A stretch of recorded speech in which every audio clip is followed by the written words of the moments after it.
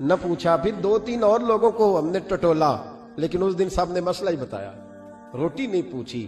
حضرت مقداد کہتے ہیں ہم نے پروگرام بنایا حضرت عبد الرحمن ابن عوف سے مسئلہ پوچھنے کا, تو میرے ساتھ والے دونوں کہنے لگے بس کر, بڑے آزما لیے, اب چل سیدھا دروازہ رسول پہ چلے. اب مسئلہ پوچھنا ہے تو ان سے پوچھنا ہے جن سے سن کے ساری دنیا مسئلے بتاتی ہے, انہی سے پوچھتے ہیں, ڈائریکٹ چلتے ہیں. کہتے ہیں ہم آئے مسجد نبی میں, حضور بیٹھے تھے. حضرت مقداد کہتے ہیں ہماری بکریوں کے تھنوں میں دودھ خشک ہو گیا تھا, حضور تشریف فرما تھے, السلام لی, دست بوسی کی, اتحیات میں بیٹھ گئے. حضور ایک مسئلہ پوچھنا تھا. حضور مسکرائے, فرمانے لگے لگتا ہے بھوک لگ رہی ہے تم تینوں کو, مجھے مسئلے کی سمجھ آ گئی, بھوک لگی ہوئی ہے. یا رسول اللہ بڑی. فرمایا میری 4 بکریاں ہیں اور اللہ نے فضل کیا قحط میں بھی ان کے تھن دودھ سے بھرے ہوئے ہیں. فرمایا جاؤ, 3 تم ہو, چوتھا میں ہوں, اس طرح کرنا, 3 بکریوں کا دودھ تم پی لینا, 1 کا میرے لیے لے آنا. کہتے ہیں یا رسول اللہ ہم پی آئے. تو حضور نے فرمایا رکو, جب تک تمہارا دل کرے میرے مہمان بن سکتے. فرماتے ہم 3 دن نبی پاک کے مہمان رہے, صبح و شام 4 بکریوں کا دودھ دھوتے, 3 کا پی لیتے, 1 پیالہ حضور کے لیے رکھ لیتے. فرماتے ہیں تیسرا دن آیا نا, حضرت مقداد کہتے ہیں وہ تو سو گئے دودھ پی کے, پر وہ جو نبی پاک کے لیے پڑا تھا نا, میری بار بار توجہ اس کی طرف جاتی, بار بار, اور میرے اندر سے آواز آتی کہ حضور کو تو بڑی خدمت کرتے ہیں صحابہ, تو حضور نے تو شاید کچھ اور کھا لیا ہو تو پی نہ لوں, نہ لوں. کہتے ہیں کئی دفعہ میں نے روکا پر میں نہ ہی اپنے آپ کو روک سکا, میں پی گیا حضور کے حصے کا بھی دودھ. جب میں پی گیا وہ دودھ, کہتے ہیں اب پینے کے بعد جو پریشانی ہوئی وہ زیادہ تھی. دل میں خیال آیا اگر حضور ناراض ہو گئے کہ بھئی تمہیں تمہارے حصے کا دودھ دیا تھا اور مسلسل 3 دن سے مل رہا ہے, پھر کیوں پیا, اور حضور ناراض ہو گئے تو گرا جو ان کی نگاہ سے وہ سنبھل نہیں سکتا. فرمانے لگے اسی پریشانی میں تھا کہ حضور آ گئے, اب تو میرا وجود کانپنے لگا. سرکار سیدھے اس پیالے کی جانب گئے جس میں دودھ ہوتا تھا.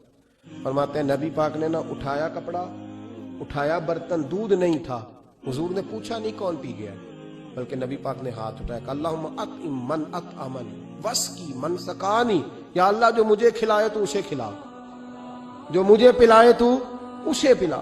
حضرت مقداد کہتے ہیں میں نے کہا اوہ یہ تو بڑی قیمتی دعا مل رہی ہے, بکریاں میری جو بکریاں تھی وہ تو پہلے نہیں دودھ دے رہی, تھنوں میں دودھ خشک ہے, اور اتنی بڑی دعا کہ جو کھلائے اسے کھلا, جو پلائے اسے پلا.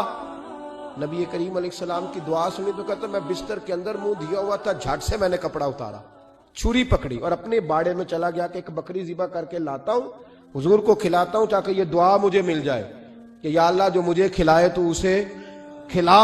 فرماتے ہیں میں بکریوں کے باڑے میں گیا, جن بکریوں کو کئی دن ہو گئے تھے دودھ نہیں دیا تھا, جیسے ہی میں نے چراغ جلایا میں حیران ہو گیا کہ سب کے تھن دودھ سے بھرے ہوئے. کہتے میں نے 3-4 بکریوں کا دودھ دھویا, برتن میں بھرا, محبوب کی بارگاہ میں لایا. کہتے ہیں حضور نے خوش ہو کے پیا. جب پی لیا نا نبی کریم نے, تو حضور فرمانے لگے چل میں نے تیرا لایا پی لیا, اب یہ بتا میرا کس نے پیا تھا. اب وہ والی بات کرنا جس کے گچھے سے لچھے جڑے نور کے, ان ستاروں کی نزہت پہ لاکھوں سلام, ان کے خطبے کی ہیبت پہ کروڑوں درود, ان کی باتوں کی لذت پہ لاکھوں سلام, جس کی تسکین سے روتے ہوئے ہنس پڑے, اس تبسم کی عادت پہ لاکھ. فرمایا بتا میرے والا کس نے پیا؟ کہا یا رسول اللہ بڑا روکا اپنے آپ کو, پر محبوب آپ کی بکریوں کے دودھ کی لذت ہی کیا ہے, حضور نہیں روک سکا. تو محبوب کریم فرمانے لگے اچھا اکیلے پی گئے ہو, جا پھر دودھ بھی تو میرا پی گیا ہے, اور میں تیرے لیے پھر دعا کرتا ہوں کہ یا اللہ اس نے مجھے پلایا تو اسے پلا, اس نے مجھے کھلایا تو اسے کھلا. نبی کریم ہر اس شخص کا خیال رکھتے جو بھوکا ہوتا, جو پیاسا ہوتا, جو کمزور ہوتا. تھوڑا تھوڑا دائیں بائیں دیکھ, یہ حضور کی سیرت کا بہت بڑا پہلو.